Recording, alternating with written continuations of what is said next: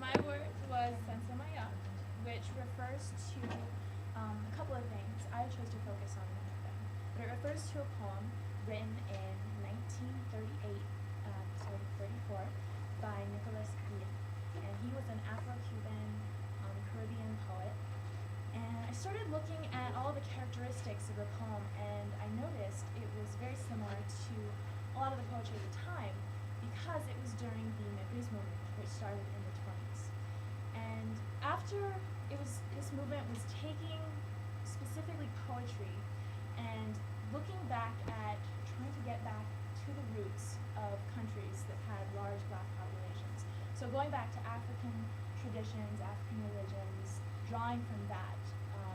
And oftentimes those were the themes, they spoke of social injustices, and they had several similar characteristics which I'll get into. And so my creative project was to visually symbolize this. And Maybe Amelia, or can you help? I think that will, yes. And it's a snake, you can't tell. Sensamaya, the poem, actually talks about a snake. Some say it's a reference to a ritual of killing a snake that was found in some of the African religions. And here, I'll try to explain some of this symbolism. The snake is actually connected to this tree, which resembles the African continent. It's supposed to represent how it's drawing from the African influences and really trying to bring that back. The poetry was using a lot of repetition, as found in a lot of the African music, and it was using a lot of percussive words. There's actually a specific name for that. It's called, okay, I might butcher this, Hipanhafo.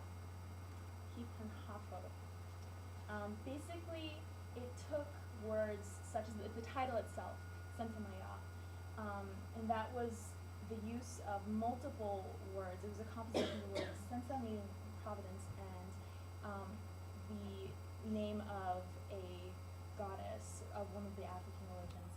And this word, it had kind of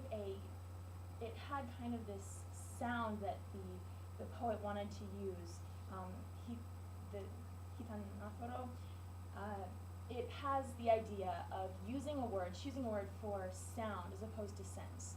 The sense over sound idea actually started to affect how people were viewing Africa. So Africa not only affected the poetry because the poets were drawing from it, but the poets affected the others' view of how Africa was perceived, others' view of Africa.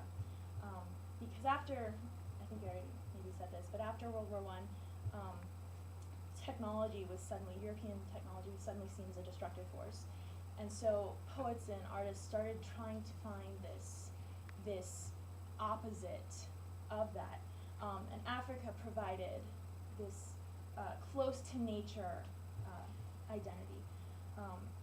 So they started drawing from that. And there I tried to show that the grass I tried to represent as European constraints, and the snake representative of Negrismo. It doesn't avoid the grass, but it doesn't conform to it, except right here. In Sensamaya, the alternating stanzas, they go back and forth between this Spanish Alba romantic form and also this quasi-African chant. And so the back and forth movement is supposed to represent that.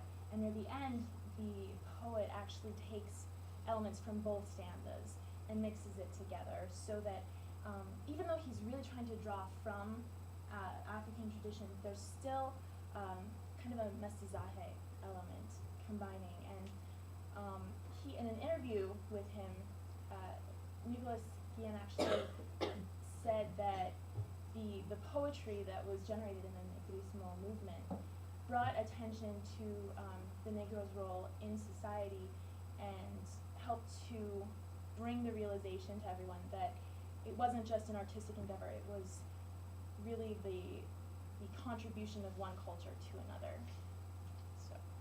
Thank you, Sarah.